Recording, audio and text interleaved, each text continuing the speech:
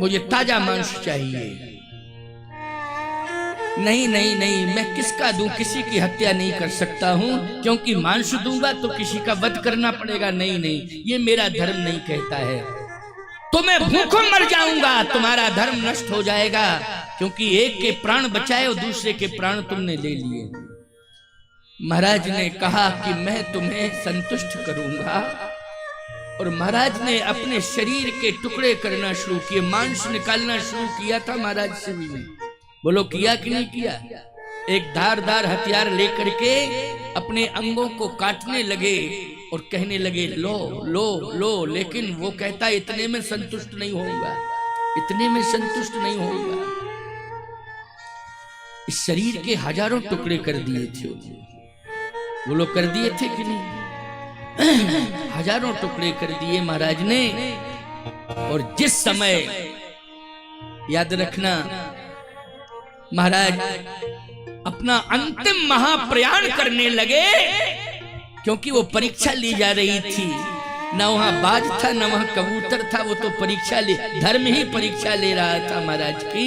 जिस समय महाराज ने अंतिम श्वास लेने के पूर्व अपने प्राण का त्याग करना चाहा और शस्त्रदार हथियार को उठा करके अंतिम परिणति पर पहुंच रहे हैं कि अब मैं महाप्रयाण करूंगा, और जैसे शस्त्र को उठाया उसी समय धर्म प्रकट हो गया। बस कर, तेरे धर्म की परीक्षा हो गई, तेरे धर्म की परीक्षा हो गई। महाराज दशरथ जी कांप गए।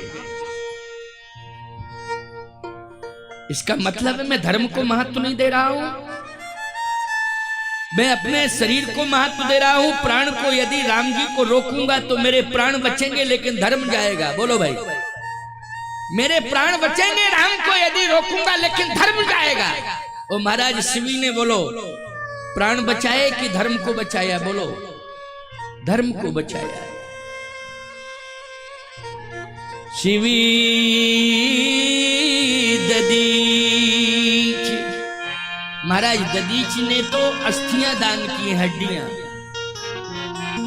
क्योंकि धर्म संकट में पड़ा, तो धर्म की रक्षा करने के लिए बोलो ददीच की हड्डियां काम आई कि नहीं आई? ददीच की हड्डियां काम आई।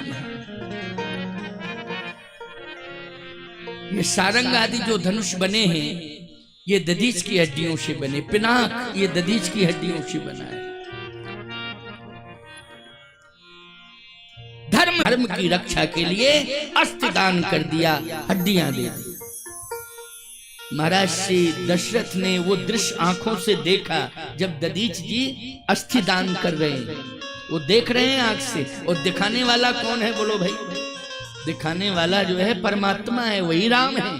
अच्छा, तुम सो रहे हो और यदि चामुंडा माता तुमसे कोई कार्य कराना चाहती हो, स्वप्न में कोई दृश्य खड़ा कर दें, तो इसका मतलब है वो स्वप्न तुम्हारे लिए तुम्हें आया तो है, लेकिन वो स्वप्न की माध्यम कौन बनी है? माँ चामुंडा बनी है, तुम्हें श्रेय दिलाना चाहती हैं। इसलिए उन्होंने अपनी बात प्रत्यक्ष न कहकर स्वप्न में कह दी। समझ रहे हो कि नहीं?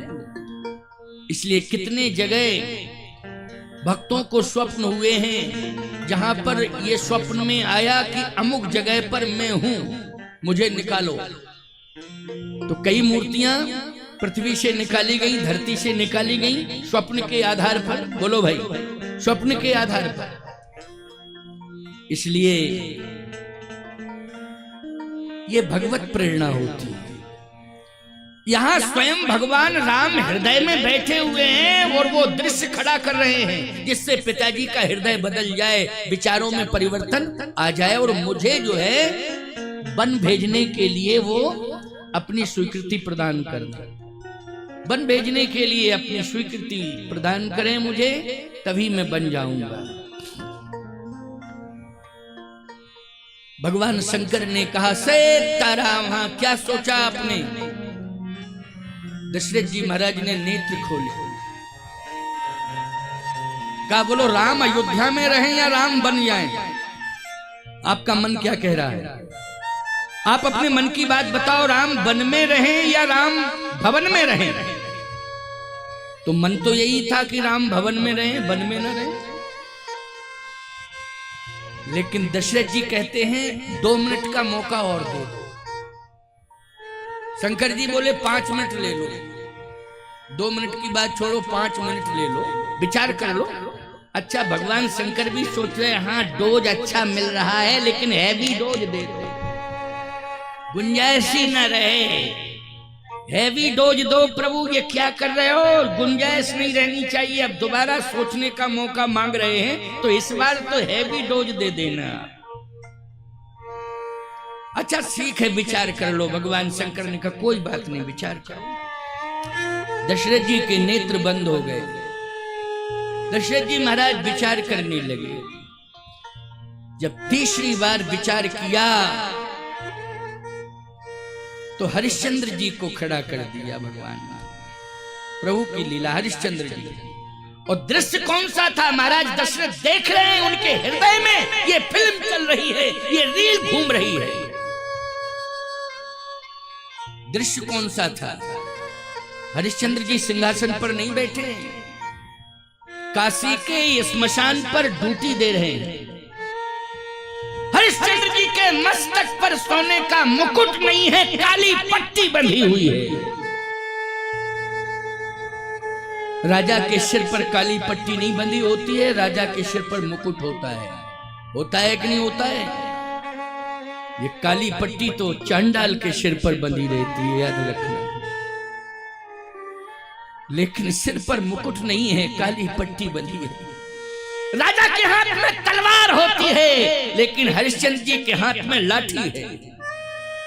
क्या है? लाठी। बोलो, ये चांडाल का स्वरूप होता है कि नहीं? हाथ में लाठी, काली पट्टी बंधी हो और स्मशान पर मिल जाए वो, तो कन्फर्म मोहर लग जाती है। क्यों भाई लग जाती मोहर की नहीं? कि ये वास्तव में चांडाली है, मोहर लग जाती है। महाराज हरिश्चंद्र जी अयोध्या में नहीं है, काशी में भी हैं, तो विश्वनाथ जी के मंदिर में नहीं है, ये स्मशान पर खड़े हुए हैं। और जितने भी मुर्दे आ रहे हैं, उन मुर्दों का वो कर वसूल रहे हैं। ये ड्यूटी है। ये हरिश्चंद्र जी इस भेष में हैं और इस कार्य को कर रहे हैं। ये कौन देख रहे हैं? महाराज दशरथ देख रहे हैं। आंखों में आंसू आ गए। अरे मैंने तो पढ़ा था, लेकिन आज आंखों से देख रहा हूं। इसके बाद भगवान ने कहा जरा प्रेशर बनाऊं, थोड़ा सा प्रेशर जब तक नहीं बनेगा तब तक कार्य में व्यवधान होता रहेगा, सफलता नहीं मिलेगी। तो भगवान ने और प्रेशर बनाया। तो उस प्रेशर में ये हुआ कि उसी समय तक्षक नाग ने हरिश्चंद्र के बेटे को डस लिया। ये प्रेशर है। ये क्या है बोलो भाई? ये प्रेशर है। डस लिया, तक्षक नाग ने डस लिया उसी समय। जैसे ही तक्षक ने डसा, हरिश्चंद्र की पत्नी को पता चला कि मेरे पुत्र को सर्प ने डस लिया। वो रोती बिलखती तड़पती गिरती पहुंच गई पुत्र के पास। कोई नहीं था पास में, क्योंकि विश्वामित्र जी का डर था कि कोई भी पास में मत जाना। संस्कारों की राजधानी मानी जाती है काशी, बोलो मानी जाती है कि नहीं? लेकिन कोई हरिश्चंद्र के पुत्र रोहित का संस्कार करने वाला, सहयोग देने वाला संस्कारों में कोई नहीं मिला काशी में, विश्वामित्र जी के भय के कारण। ये आश्चर्यजनक घटना है कि मां स्वयं बेटे को ले जा रही है श्मशान। बोलो भाई, ये आश्चर्यजनक घटना है कि नहीं? दुश्मन भी मर जाता है तो याद रखना, लोग कहते हैं बस दुश्मनी खत्म हो गई, क्योंकि प्राण निकल गया, मिट्टी है, अब काहे की दुश्मनी। बोलो, स्मशान तक वो भी साथ जाते हैं कि नहीं जाते हैं? जिस परिवार से दुश्मनी होती वो परिवार भी स्मशान तक जाता है। क्यों? दुश्मनी खत्म, वो तो मिट्टी हो गया जिससे दुश्मनी थी। लेकिन आज काशी में कोई साथ जाने वाला नहीं है। कफन पैसा नहीं है, कोई कफन देने को तैयार नहीं है। उसने अपने आंचल में ही लपेट लिया पुत्र को, हृदय से लगा लिया। किस तरह से रोती बिलखती ये दशरथ जी देख रहे हैं दृश्य, याद रखना। ये भगवान राम ने जो दृश्य खड़ा किया है हृदय परिवर्तन कराने के लिए। और दर्शक कौन है? अयोध्या में केवल एकमात्र दर्शक है महाराज दशरथ, और कोई नहीं, केवल दशरथ जी देख रहे हैं, क्योंकि हृदय परिवर्तन कराना है। और जिस समय तारा रोहित को गंगा के तट पर लेकर के पहुंची, तो रोते रोते गंगा जी से प्रार्थना कर रही है, हे गंगा मां, मैंने आपसे कुछ नहीं मांगा, न मांगूंगी, लेकिन आज मैं मांग रही हूं कि मेरे पुत्र के संस्कार में कोई सम्मिलित नहीं है, अभागिनी ये मां है जो है संस्कार करने आई है। क्या मां के हाथ से बेटे का संस्कार होगा तो मोक्ष मिलेगा कि नहीं मिलेगा? मां कभी अपने बेटे का अंतिम संस्कार नहीं करती। बोलो करती है क्या? ईमानदारी से बताओ। नहीं। पहली बात तो यह कि पुत्र का वियोग नहीं सह सकती हो, फिर इतनी बड़ी अंतिम क्रिया अपने हाथों से कैसे कर सकती है? दशरथ जी कांपने लगे, ये क्या देख रहा हूं? हे गंगा मां, मुझे कुछ नहीं चाहिए, मेरे बेटे को मुक्ति दे देना, इसके बदले में मुझे कोई भी सजा तू दे दे, मैं सजा लेने के लिए तैयार हूं, लेकिन मेरे बेटे को मुक्ति अवश्य दे दे। और जैसे ही शव को दग्ध करने लगी, उसी समय हरिश्चंद्र जी आ गए।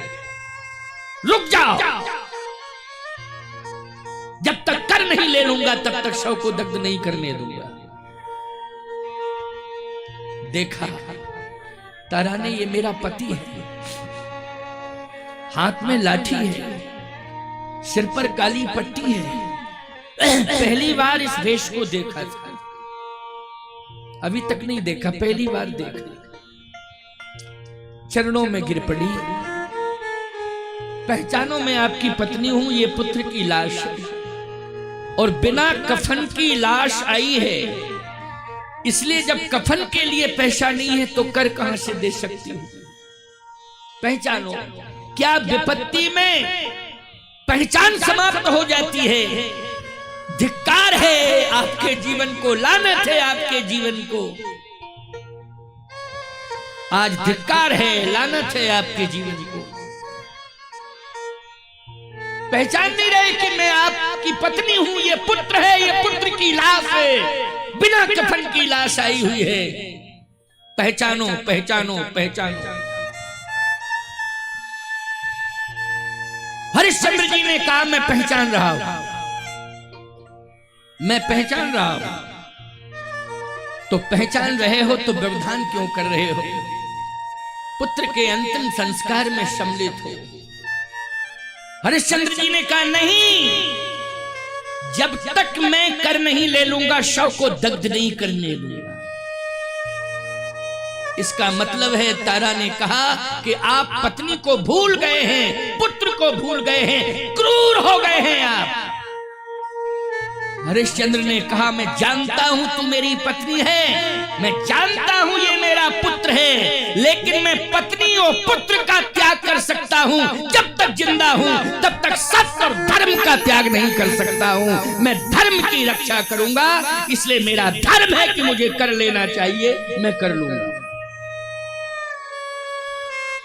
मैं पत्नी और पुत्र का त्याग कर सकता हूं धर्म के कारण, लेकिन धर्म का त्याग नहीं कर सकता हूं। पत्नी और पुत्र का त्याग कर सकता हूं, इसलिए मुझे कर चाहिए।